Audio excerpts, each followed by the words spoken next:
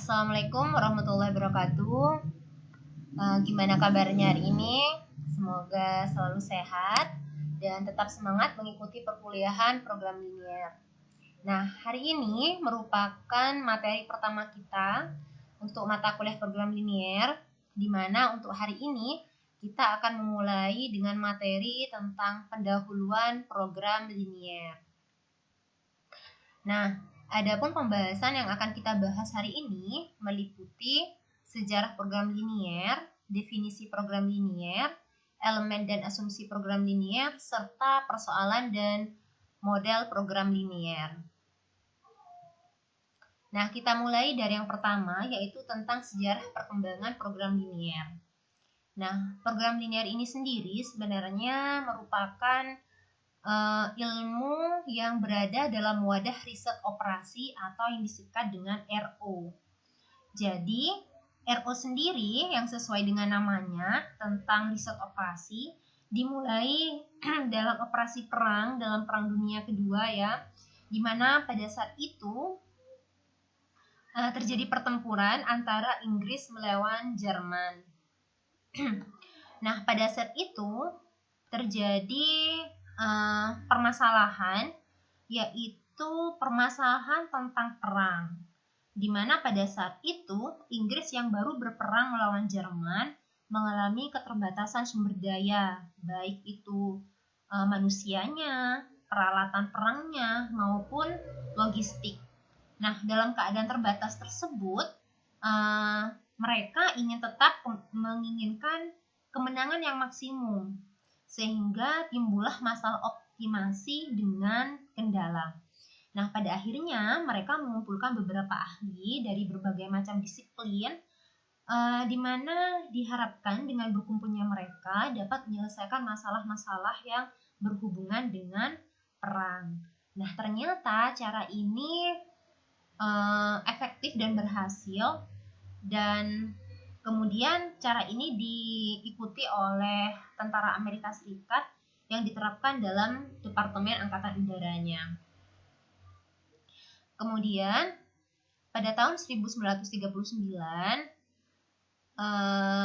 seorang tokoh yang bernama L.V. Kantorovich ini mengembangkan program linear tetapi masih dengan metode yang terbatas, di mana idenya itu dituangkan dalam sebuah buku yang berjudul Mathematical Methods in the Organization and Planning of Production.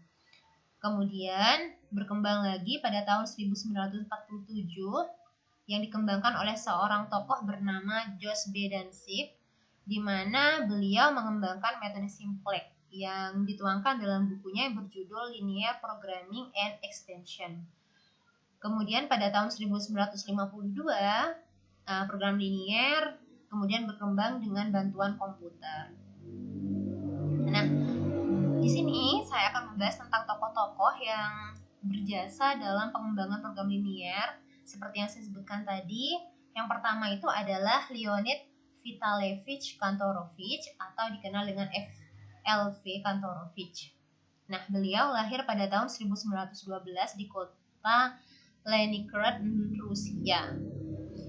Nah, pada tahun 1939, ia dapat menghitung jumlah maksimum pemakaian baja suatu pabrik agar biaya produksi tetap efisien, dan ini berhasil. Kemudian penemuannya mengantarkan era baru bagi perekonomian bagi Uni Soviet. Hal ini menimbulkan minat yang besar bagi Uni Soviet dalam matematika terapan, dan sejak itu ia menjadi revolusioner di bidang ekonomi matematika. Tokoh yang kedua yaitu Jos Bernard Danzig. Beliau lahir pada tahun 1914 di Amerika Serikat. Kemudian setelah mendapatkan gelar doktor pada tahun 1947, ia bergabung di Angkatan Udara Amerika sebagai penasehat matematik untuk Pusat Kontrol Angkatan Udara. Awal mula pemikirannya tentang program linear ketika Angkatan Udara membutuhkan cara cepat untuk menghitung durasi tahapan program, latihan, dan distribusi logistik. Ia mengatakan bahwa sebuah permasalahan dijadikan dalam bentuk 3 dimensi seperti berlian di mana ada tampak depan, garis pinggir, dan puncak. Lalu mereka akan saling bertemu di suatu titik hingga titik optimum akan terpenuhi. Begitulah awal terciptanya program linier dengan metode simplex oleh Danzig.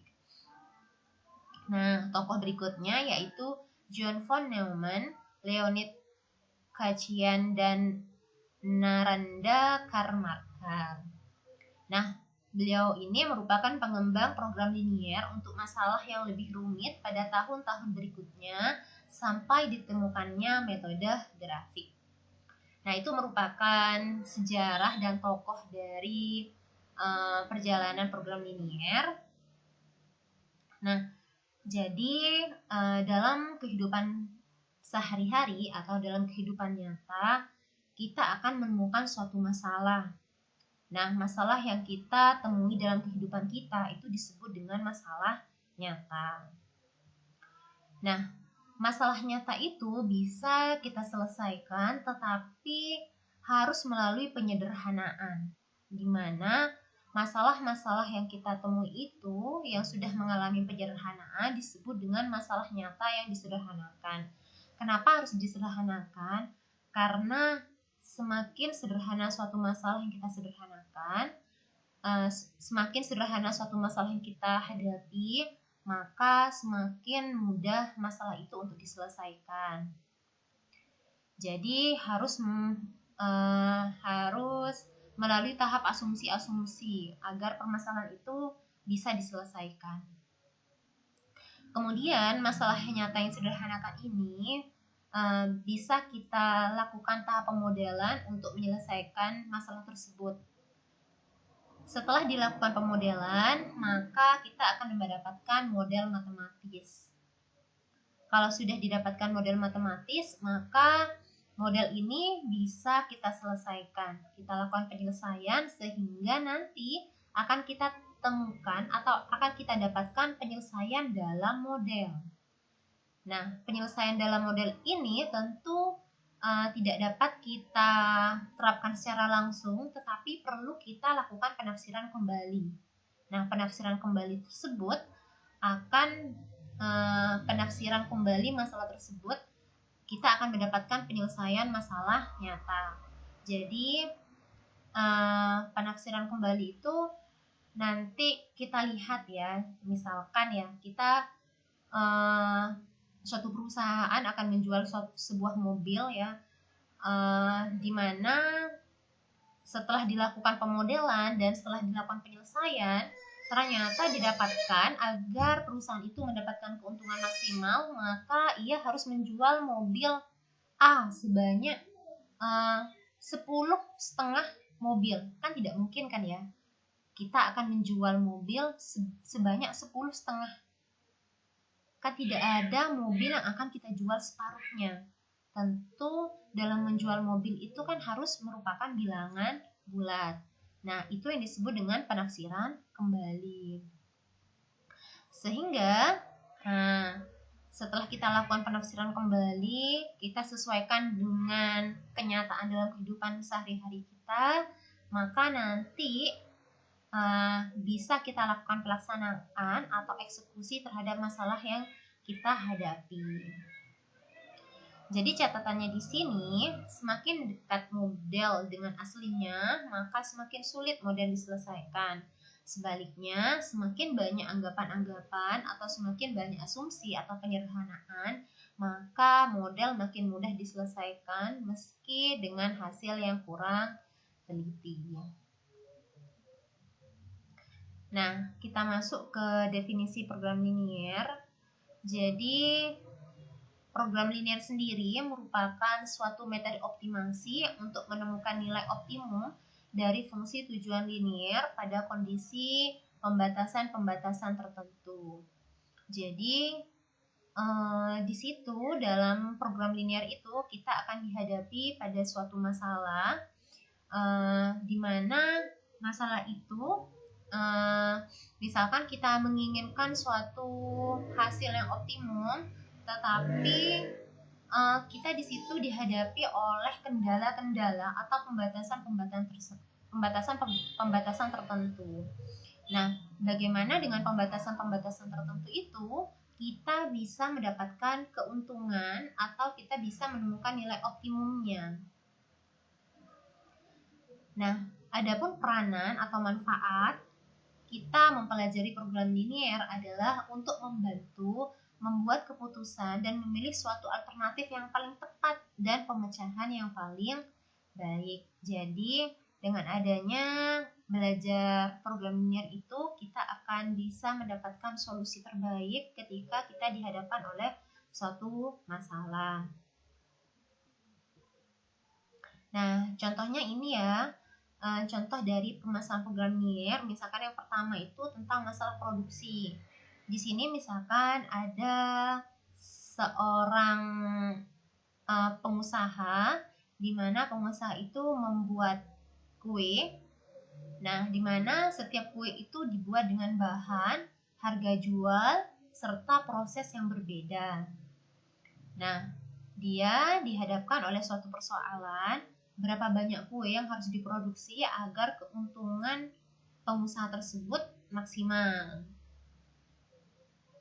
Kemudian, masalah yang kedua yaitu masalah distribusi. Misalkan suatu perusahaan akan mendistribusikan hasil produksinya ke beberapa tempat. Nah, bagaimana proses pengangkutan barang dengan menggunakan kendaraan yang berbeda? Nah, jika di mana setiap kendaraan memiliki kapasitas yang berbeda. Nah, bagaimana cara pengangkutan barang dengan menggunakan kendaraan tersebut jika diinginkan biaya pengangkutan yang seminimal mungkin? Itu beberapa contoh untuk masalah program linear. Nah, sekarang kita masuk ke beberapa elemen program linear yang perlu kita ketahui. Jadi yang pertama, dalam program linear ada yang namanya variabel keputusan. Nah, variabel keputusan itu merupakan variabel yang nilai-nilainya dipilih untuk dibuat keputusan. Misalkan, kita akan menggunakan variabel x1, x2 sampai xn, atau bisa menggunakan variabel x, y, z, a, b, c, dan seterusnya. Kemudian yang kedua, ada yang namanya fungsi tujuan, yaitu fungsi yang akan dioptimasi. Optimasi itu mengandung dua pengertian ya, yaitu bisa dimaksimalkan atau diminimumkan atau diminimalkan. Di mana fungsi tujuan itu kita bisa menggunakan simbol Z atau bisa menggunakan fx. Jadi jika kita menggunakan variabel x1 sampai xn, maka simbolnya adalah f dalam kurung x1, x2 sampai xn. Tetapi jika kita menggunakan simbol xy, maka fungsi tujuannya adalah f dalam kurung x, y. Kemudian selanjutnya ada fungsi kendala. Fungsi kendala yaitu pembatasan-pembatasan yang harus dipenuhi. Contohnya, GI dalam kurung X1, X2 sampai Xn kurang dari atau sama dengan B1. Jadi, biasanya fungsi kendala ini menggunakan relasi lebih dari atau sama dengan, kurang dari atau sama dengan, lebih dari, kurang dari, atau sama dengan.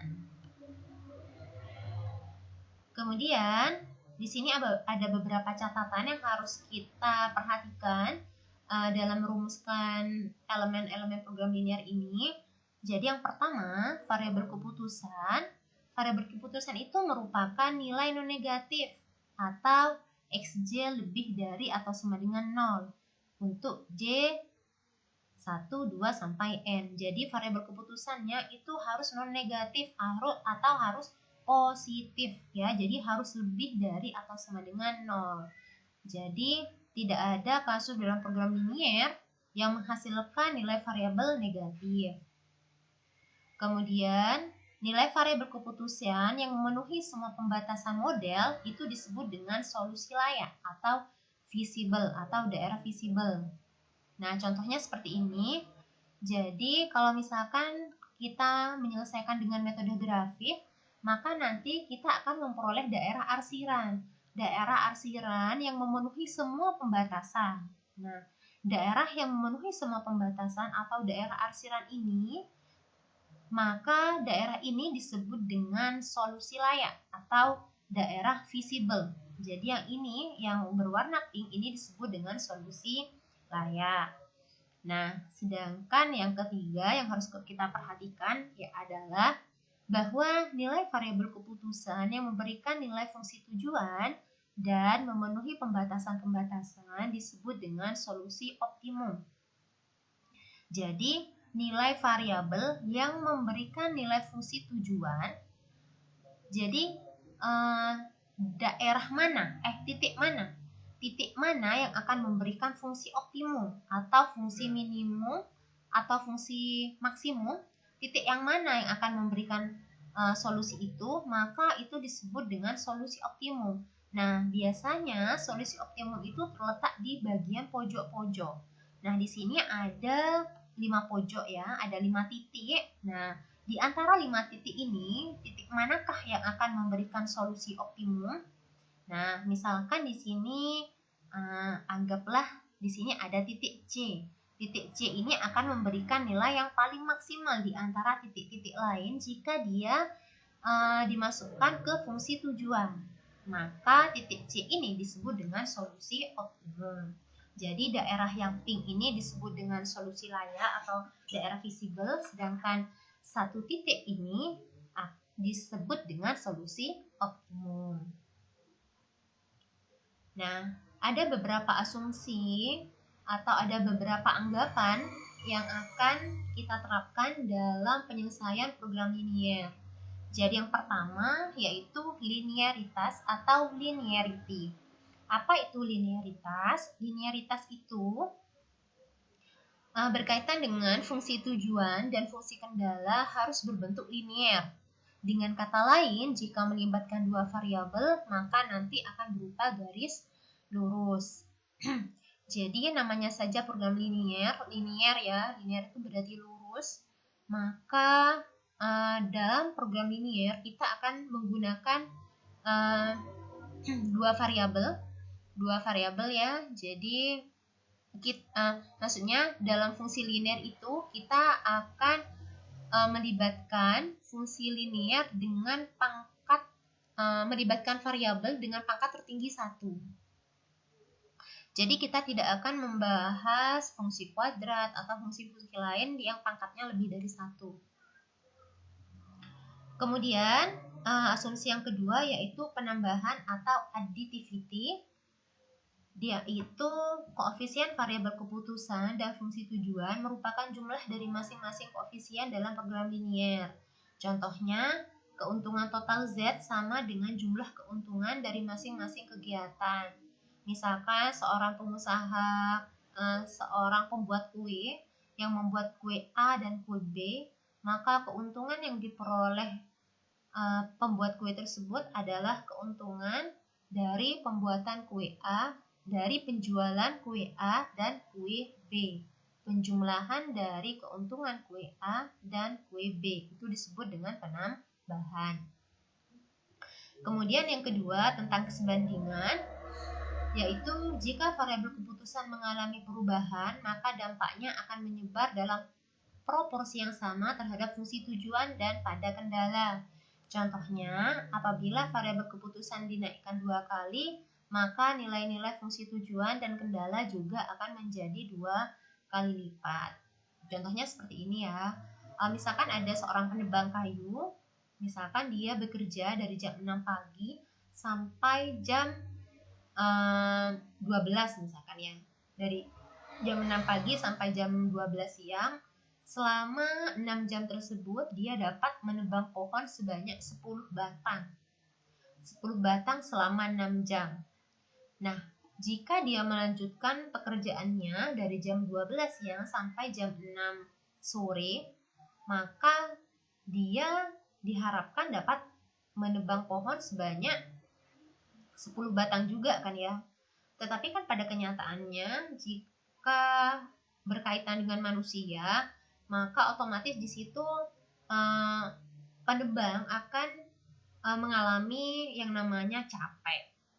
Otomatis pada kenyataannya penebang itu tidak akan menebang pohon sebanyak 10 batang karena anggaplah ada faktor capek di situ kan ya. Sehingga dalam program linier, mau tidak mau, kalau 6 jam dapat menebang pohon sebanyak 10 batang, maka 6 jam berikutnya pasti 10 batang. Itu asumsi dalam program linier. Tetap, walaupun pada kenyataannya tidak seperti itu kan, tapi itu diasumsikan tetap seperti itu. 6 jam berikutnya tetap 10 batang, 6 jam berikutnya tetap 10 batang, seperti itu. Jadi tidak memperhatikan faktor capek dan lain sebagainya.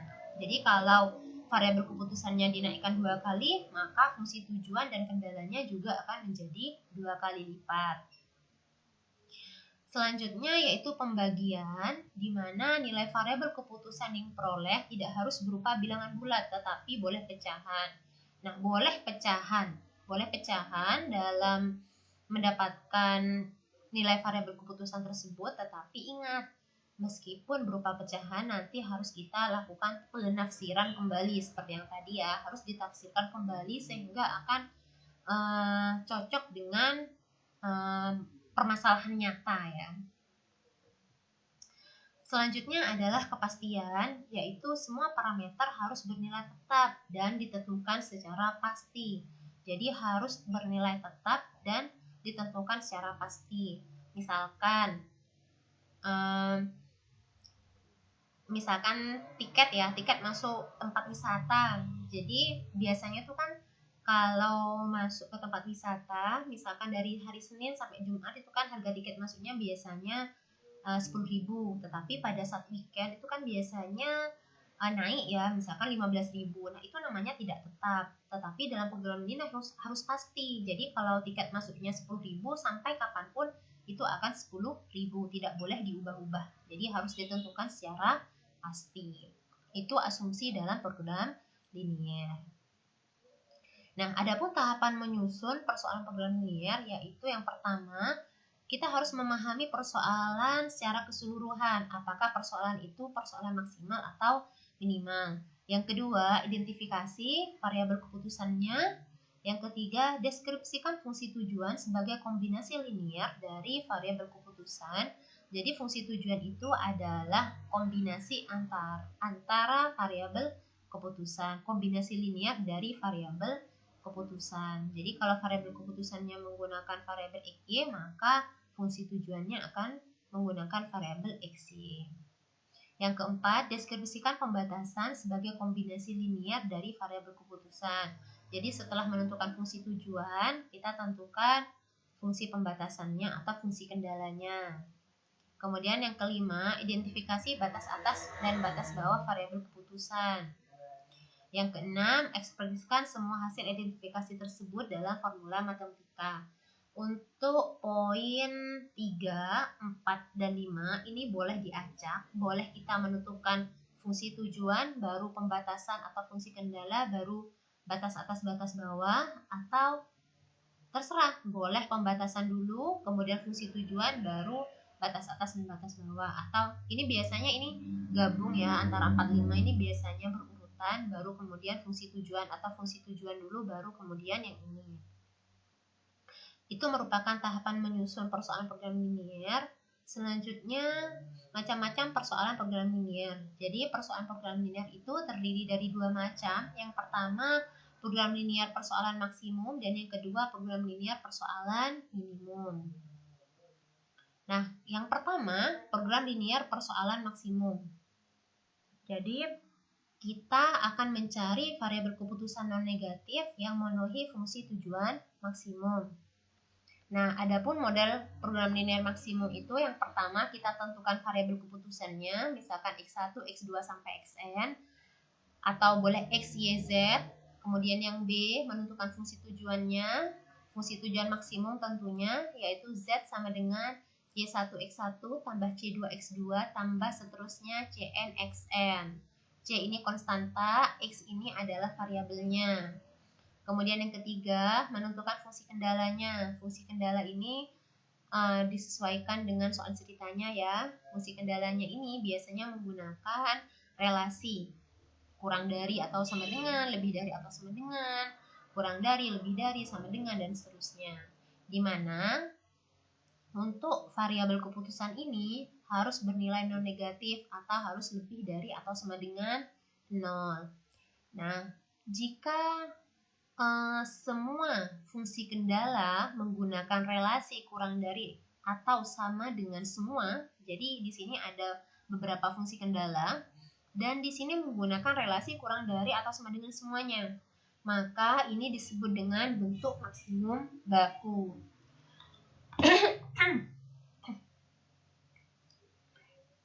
Jadi diingat ya, jika menggunakan relasi kurang dari atau sama dengan semua untuk semua fungsi kendala, maka ini disebut dengan bentuk maksimum baku. Yang kedua, program linear persoalan minimum, yaitu mencari variabel keputusan non negatif yang memenuhi fungsi tujuan minimum. Nah, tidak jauh berbeda dengan persoalan linear persoalan minimum. Program linear persoalan maksimum, ini langkah-langkahnya sama. Jadi yang pertama, menentukan variabel keputusan, kemudian menentukan fungsi tujuannya, kemudian menentukan fungsi kendalanya. Biasanya untuk persoalan minimum itu menggunakan relasi lebih dari atau sama dengan, biasanya, tetapi tidak menutup kemungkinan menggunakan relasi kurang dari atau sama dengan. Nah, perlu dicatat bahwa variabel keputusannya harus lebih dari atau sama dengan 0, tidak boleh negatif. Nah, jika semua fungsi kendala menggunakan relasi kurang lebih dari atau sama dengan, maka ini disebut dengan bentuk minimum baku. Mohon maaf, ini tulisannya bentuk minimum baku. Saya ulangi, jika semua fungsi kendala menggunakan relasi lebih dari atau sama dengan semua, maka disebut dengan bentuk minimum baku. Nah, cukup sekian pemaparan saya tentang pendahuluan program linear. Semoga bermanfaat. Jika ada pertanyaan, kita bahas di kolom di WA Group ya. Saya akhiri, wassalamualaikum warahmatullahi wabarakatuh.